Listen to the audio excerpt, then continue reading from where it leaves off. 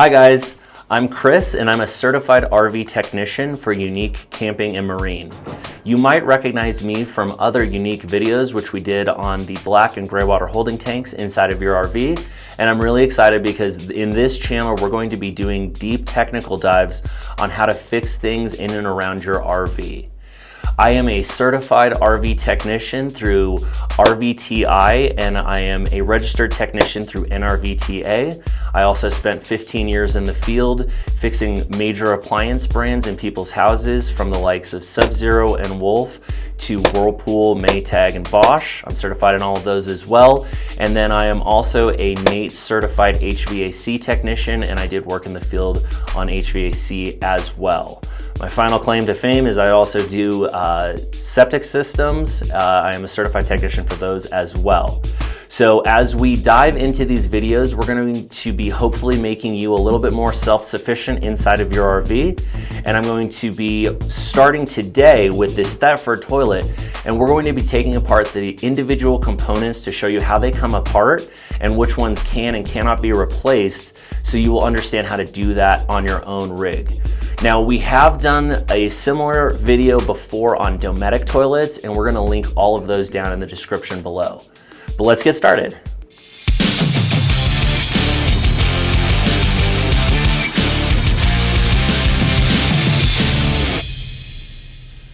So for working on this project, these are essentially the only tools which you will need.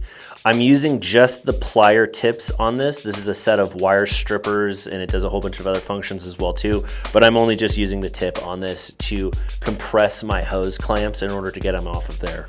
The Phillips blade screwdriver I only use to get the screw which holds the actuator in place for the ball valve. The flat blade screwdriver I only use for gently getting leverage and popping plastic pieces free. And then the ratchet with the 3/8 inch socket I use in order to remove the screws from the toilet base. Here we are at the back of the toilet, and I'm going to point out a couple of the different components on here which people have had problems with.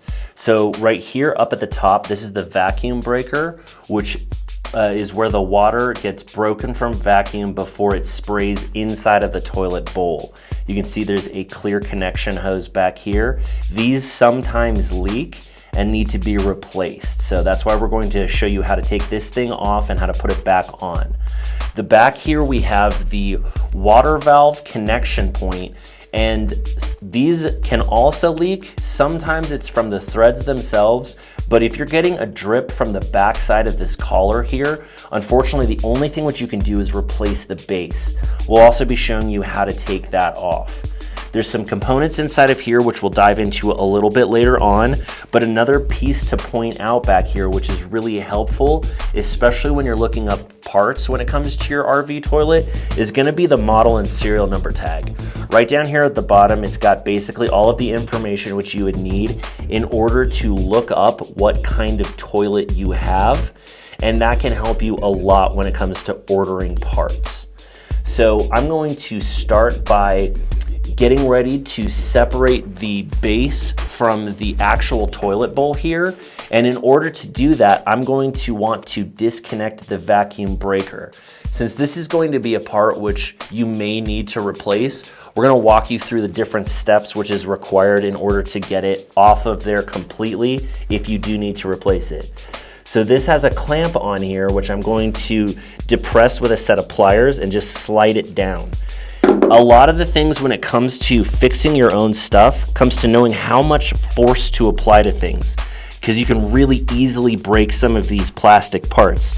So what I like to do is give the hose itself a twist to kind of break it free from there, and then I slowly work it down and off of the threads until it's disconnected. So technically from here we could separate the toilet bowl from the toilet base, but we're gonna go one step further to remove the actual vacuum breaker itself to show you how that comes off in its entirety in case that's a part which you need to replace. Since it's kind of at an angle here, I'm going to be working my tool sort of sideways in there so I can get it pulled off, and I just slide it back further down on the hose. It can stay there. It doesn't really need to go anywhere. You have to get the vacuum breaker itself off first. Again, I like to twist it to break it free and then slide it off. And this is the complete vacuum breaker. It's got a little diaphragm up at the top, which is what breaks the vacuum. And again, these occasionally leak, so this might be a component which you find yourself needing to replace. On the back side here, we have the area where the vacuum breaker connects to the toilet bowl itself, and this is a sprayer. It can be replaced. However, for the most part, they don't really go bad. But if you do need to get it off of there, again, what I'm going to do is move the clamp, which I moved first, just remove it off of there completely. Then I'm going to depress the one which is holding it in place, keep it on the hose, give it the twist. Sometimes they're a little easier than others, and then slowly start working it off of there. The clamp came off of my hand, but that's no problem. Once that's free, you can see this nut, which is pressed inside to hold the sprayer in place. I'm not going to remove this. The only reason why I'm not going to remove this is because we don't need to replace it currently, and pressing it back in, if you're replacing this part, it comes with a new nut, and you can damage this nut by replacing it without needing to put a new one on there. So we're gonna leave this one on for right now, but that's how you access the sprayer. If you wanna come around to the open lid of the toilet, this is the other side of it. This is where the water actually comes in, spreads around here when you go to flush the toilet or fill the toilet bowl full of water. Another component which sometimes needs to be replaced because it gets worn out is gonna be this toilet ball valve gasket. And I'm gonna actuate the toilet valve. So this rubber gasket here sometimes gets worn out and no longer makes a watertight seal. So in order to replace this, you will need to separate the base from the toilet bowl itself. It's the same thing to get access to this plastic ball valve in case you need to do that. So the next step which we're going to do is we're going to separate the base from the toilet bowl itself.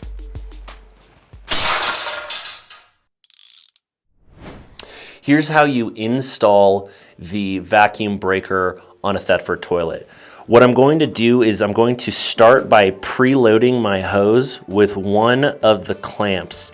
This just makes it a little easier to apply it on there while it's out in open space, so I'm not having to work with it in really close quarters. I'm gonna slowly press it on there, slowly working it back and forth until it gets into place and seats flush up against the valve back here.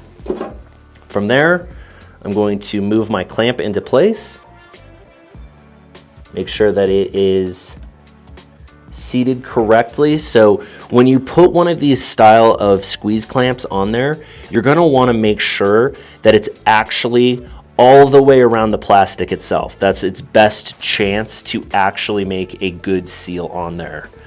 Next, I'm going to put my next hose clamp on there because this is my best chance to do so since I'm going to be installing the vacuum breaker here. Then I gently work it into place, and then I come around to the side here so I've got a better angle on that clamp. Squeeze it down and then pull it towards me very gently. Again, we're not trying to muscle these things in there. They're kind of delicate parts. And then once you set it into place, it's a good idea to come back and check your work. Feel around it. Make sure that you actually have the hose all the way seated against the vacuum breaker and that clamp is all the way around the plastic on that side. From here, what we're going to do is we're going to connect the feed hose from the bottom of the toilet up and then slide our clamp up and into position. And there it is. There's the installed vacuum breaker. So let's show you how to separate the base from the toilet bowl itself. What I have here is going to be a socket with a 3/8 inch socket inside of there. It's just a ratchet on there, and I like to keep it low profile. I don't really need an extender on this one because getting it closer to the actual nut itself is where it's important. There's only 2 screws which hold this in place, and keeping your tools low profile is really important on this one, just because you don't have a lot of room up in this area to fit in a longer tool. A socket is going to be definitely your friend in this one, since you don't have a whole lot of room to work. You could technically use a wrench to do this, but it just doesn't have as much space as a socket does, so I prefer to use the right tool for the job.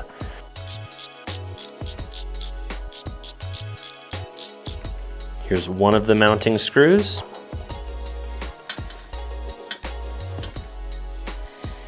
And we're gonna get started on the next one.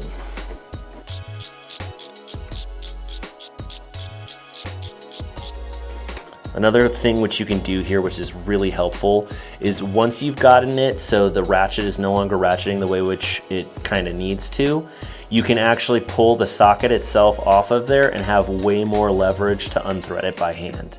Just speeds up the process a whole lot. Okay, so now we have the 2 screws which hold the base down to, or the toilet bowl down to the toilet itself. We've got the 2 bolts out of the way now, and you can see that there's these tabs back inside of there, and there's actually 4 which go all the way around it. Now, in order to break the toilet bowl free from the base, what we're going to need to do is put some leverage into it. And so basically I'm going to hug the toilet bowl and hold the base in place and then twist it.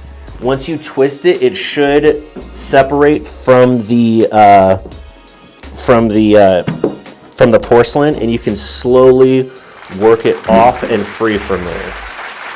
And that's how you remove the toilet itself from the base. These are the other 2 tabs which I was referring to earlier, and this will give you access to the ball valve gasket, the ball valve itself, and if you needed to, if you were having a problem with a leak, say on this side of the water connection, you would need to replace the actual base itself. So for replacing the gasket, which holds the water tight against the ball valve, this is not how it is universally for all toilets. Dometic's toilets, you do not need to separate the bowl from the base. This is specific to Thetford units. There are other brands on the market which are really similar to the Thetford units, but this is kind of the most common one, which is already installed in a lot of toilets. So we're gonna do this one. But again, if you're working with a Dometic toilet, we've already got videos made on that one, and the links are in the description below. So once you've got the bowl removed from the base, swapping out the gasket is super easy. However, I would recommend wearing gloves when you're doing this. The reason why I'm not is that this is a toilet which has not been used just yet. It has not been installed, and we will be installing it in our RV. So in order to get this out, you simply lift it off. It just rests on top of there. But when placing it back in, you'll want to make sure that the flat side is down, whereas the concave side is facing up. It's just good to remember the orientation of this. Something which can be a really helpful tip when taking something like this apart on your own is take pictures before you remove something. It can be really easy to get distracted while doing a job, and being able to thumb back through and look at a picture of how it was oriented inside of there can be a huge help. So that's just something which I've done over the years, especially when it comes to wiring, in order to make sure that you're hooking everything up correctly. Making sure that you've got a photographic reference of it can save you tons of headaches. So we'll be diving more into that in other future videos, but for this one, it's pretty straightforward to just pop off this gasket itself. Once you've removed the toilet gasket itself, there's another thing which can be removed inside of here. These occasionally leak, but not super frequently. This is going to be kind of the housing, which will make sure that the ball valve itself gets a liquid tight seal against the gasket. Now there is a gasket which runs around the outside of this, and it just simply slides into place. You'll need to remove this if you are replacing the actual ball itself. This is the piece which moves out of the way in order to let water flow into the black water holding tank. And getting this part out of the way is very important in order to have clearance to remove this piece. We're going to dive into the pedal and water valve section in order to show you all of that before we remove the ball valve itself. If you find yourself needing to replace the actual ball valve, or if you're having a leak from this side of the toilet, sometimes you'll have a stream of water running out and leaking from what appears to be the pedal section here, or if the pedal itself has broken, I'm going to show you how to take all of this apart and how to put it back together again. So we're going to start right here. There is a little plastic tab which you'll need to first and foremost hold down the pedal, and then you use your finger, and I always leverage with my thumb, to pop it free of this catch right here. Then you can slowly and gently let the pedal back up so you're relieving the spring tension against there. And then this piece, the actual pedal itself, you can see this molded round piece right here. This is a shaft which actually goes inside of the rest of the base and will need to be popped free in order to get it out of there. So what I like to do is I just sort of gently start working it back and forth, and sometimes moving this can be very helpful to the open position again in order to fully pop it free. Just be careful of the spring tension inside of there, because that has a lot of force behind it. So I just accidentally popped my valve back into place, which is fine. Redo that, start working it free from there. It's not the easiest thing to get it to pop free from there, so sometimes it's all right to use a little bit of leverage in order to actually get it to separate from the base itself. As you can see, once that happens, a bunch of parts go falling, and you might think to yourself, how do I get those back in place? Fortunately, it's relatively straightforward. So what popped out here, this is the actual water valve itself and the gasket which seals it against the pedal. It's got a little actuator inside of here, and these are all replaceable parts. So this piece actually slides inside of there, and this gasket rests against the housing in order to make a watertight seal. I'm gonna pop this guy back in there just so you can kind of see how it's supposed to sit and how the gasket is supposed to work. Again, I like to move the gasket to where it's meant to be seated, and then I will slide this into place and then line up my notches and pop it in. This right here is the actuator that actually opens and allows water to flow up to the vacuum breaker and into the toilet bowl valve. You can't really see it inside there because it's very dark, but I'll show you once we pull it free what it's supposed to look like.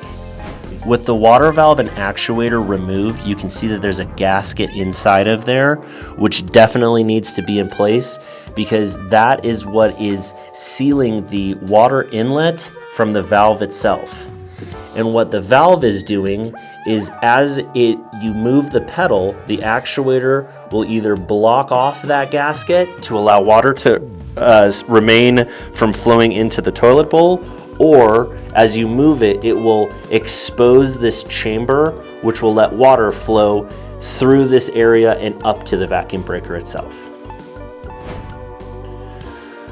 Over on this side is the actual actuator, which moves the ball valve back and forth, and all of these are slotted into these different chambers on the pedal itself.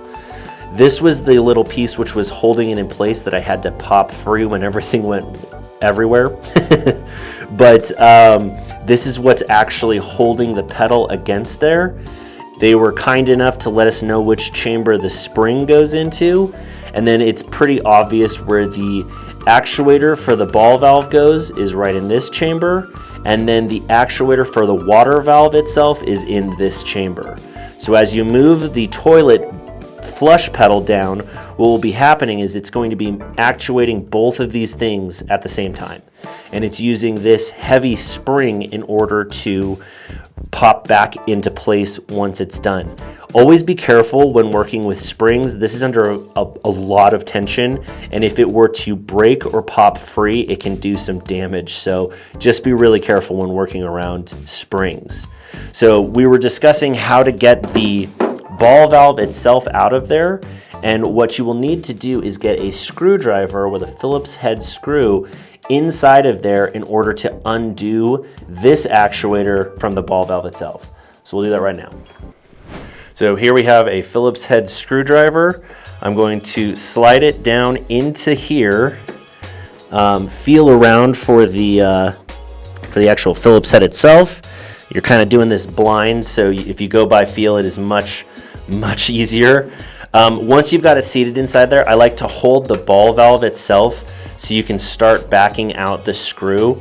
It keeps any undue tension on it. So it comes out very, very easily. I'm using a magnetic tipped head. So here's the screw as it comes out. From there, you can slide the actual actuator itself out of the way. So now this is free. On this side of it, you'll still need to pop it free. So I use a just flat blade screwdriver and gently apply pressure to either side, and it pops right out. It's good to know that there's a gasket inside of here, which is going to be keeping this is how it's connected on that side. You can see it slides into one another, and it holds this gasket firmly in place. So there have been times where there are leaks coming from the toilet base, and it's because of this gasket here, which would be why you would sometimes need to replace this assembly in order to stop a leak from the toilet itself. Now we're going to reassemble as if we were installing a brand new ball valve into there. What I like to do is I like to start with the gasket side just to make sure that that is seated correctly inside of there. You kind of need to fold it a little bit in order to make sure that it goes in correctly. So I like to work one side in and then the other. And again, since this is, let me pop that back out again so I can get a better shot of that.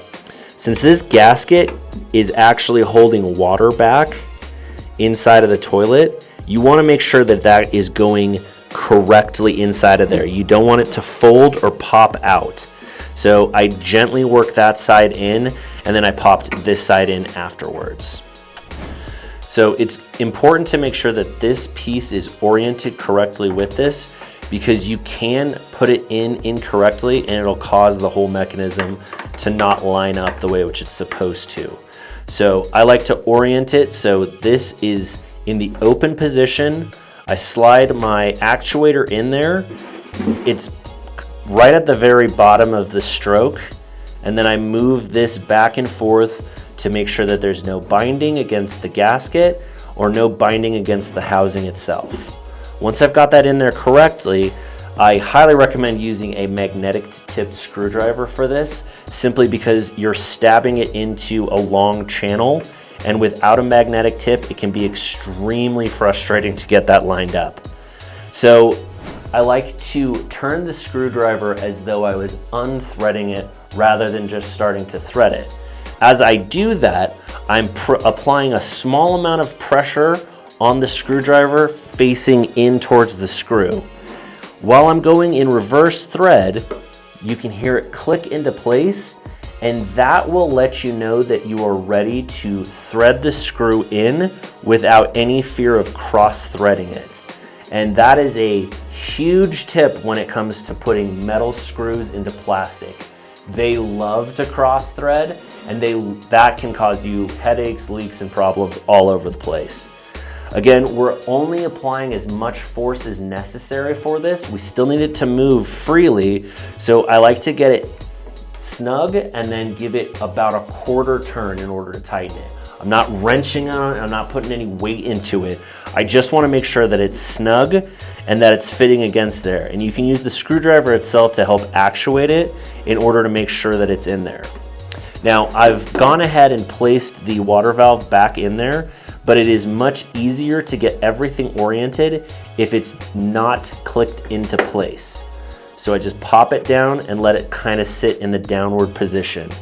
Now, there's a lot of pieces which need to be lined up, 4 in total, in order to make sure that the pedal goes back on correctly. And it does take some force to get it on there, but again, you want to make sure that everything is lined up in the correct channels so that you're not forcing it into one of these other void spaces, which can cause all kinds of problems as far as the installation of this goes. All right, so when it comes time to put this pedal back on, it sort of feels like you need to bend both space and time to get it in there correctly. But all that it really takes is making sure that everything's lined up the way which it should be before you go ahead and try to put the pedal on. So I like to move this actuator so the ball valve would be in the closed position. I like to make sure that my water valve is not clicked into place. So this piece right here, this part of the water valve actuator, is lined up as best as possible with this area down here. And then I will slowly start sliding the plastic shaft of the pedal itself into the area where it needs to go. And then as I'm doing that, I'm putting some tension on the spring itself. And that's where the bending of space and time feels like it's a real thing. So one thing before I even was putting that on there, I neglected to move my water valve to the low position. That is extremely important to make sure that you have your best chance at lining everything up. So you want the toilet valve closed and you want the water valve at the lowest position. That will allow everything to line up the way which you need it to.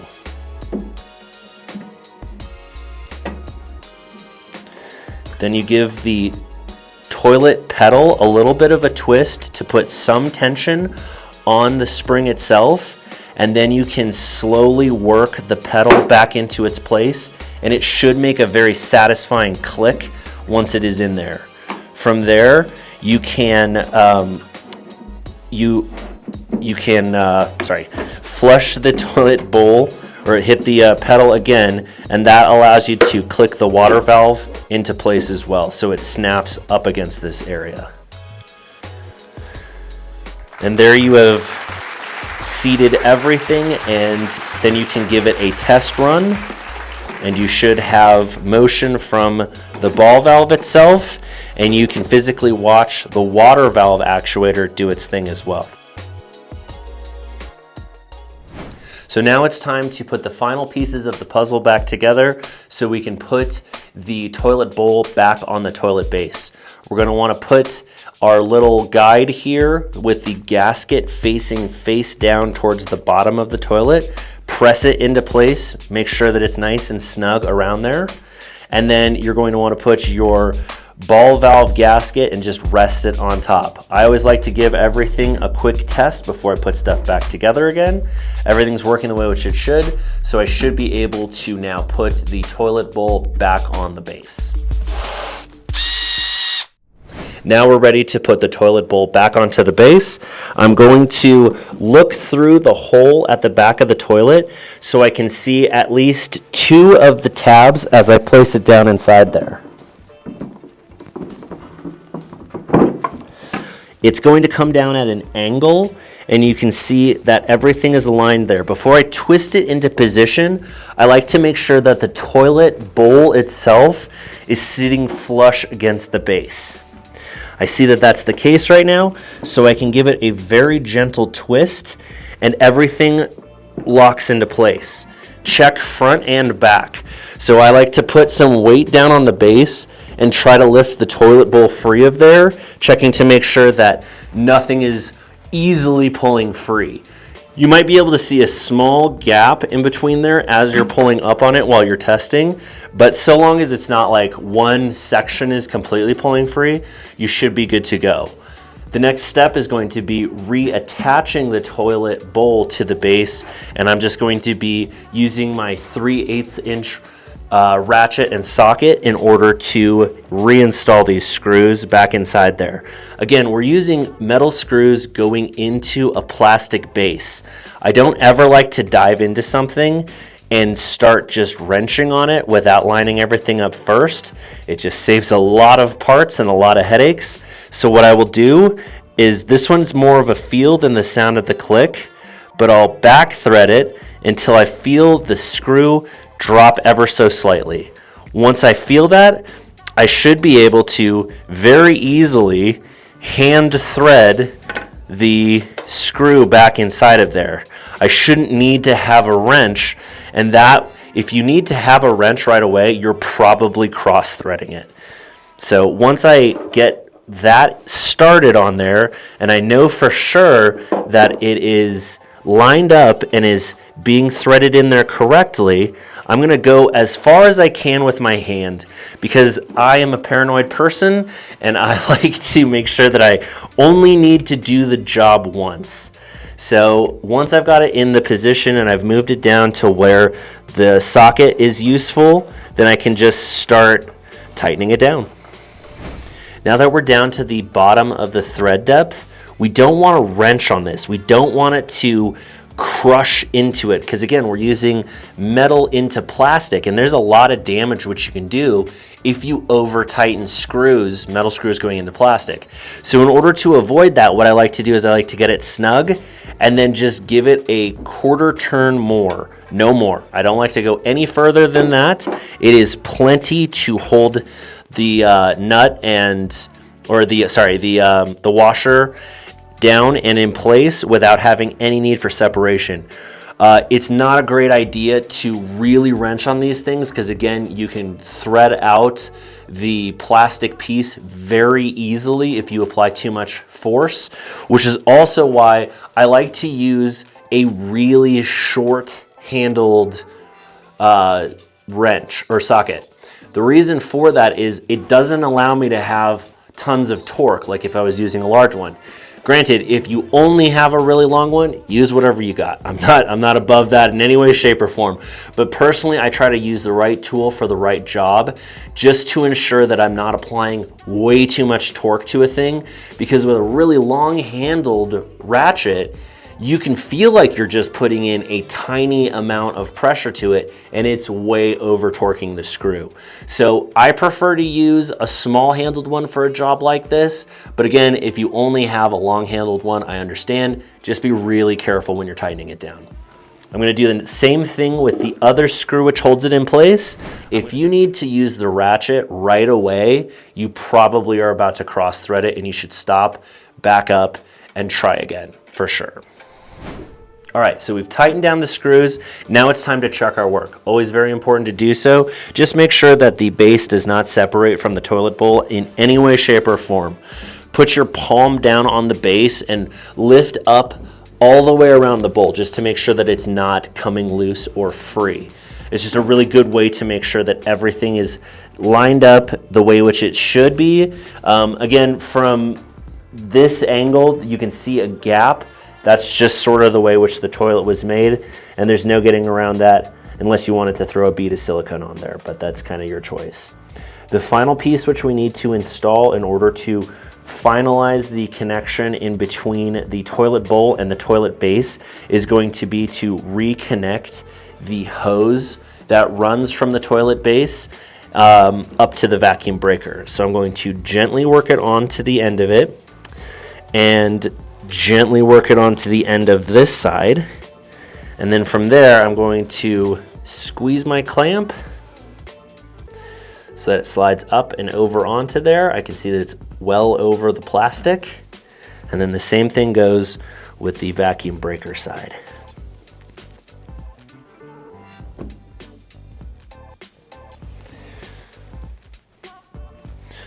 sometimes good to give it a tug, not a heavy tug, because as you can see, this thing is relatively loose, but just make sure that it's not pulling free from there. From there, you can reinstall the toilet. We're going to install this one in our RV, but it is much, much easier to work on this toilet, the Thetford toilet, if it is uninstalled. Working on it from the installed position is possible, but you usually have a wall right up against here, which blocks off access to all of this stuff really easily, especially those two screws. So if you need to pop the base from the toilet bowl itself, it is a very good idea to uninstall it first before trying to take apart these components. Again, just for like sanity's sake, it is so much more difficult when you're working on something blind, hunched over, and really low to the ground. Thank you so much for watching. I hope that you found this video informative and hopefully you learned something here. If you feel like I left anything out or if you have any questions, feel free to comment down below and I'll personally answer them myself. If this was something which you liked and would like to see more of, please be sure to like and subscribe, and we will be seeing you for another video coming out very shortly. We'll see you in the next one, guys. Thanks.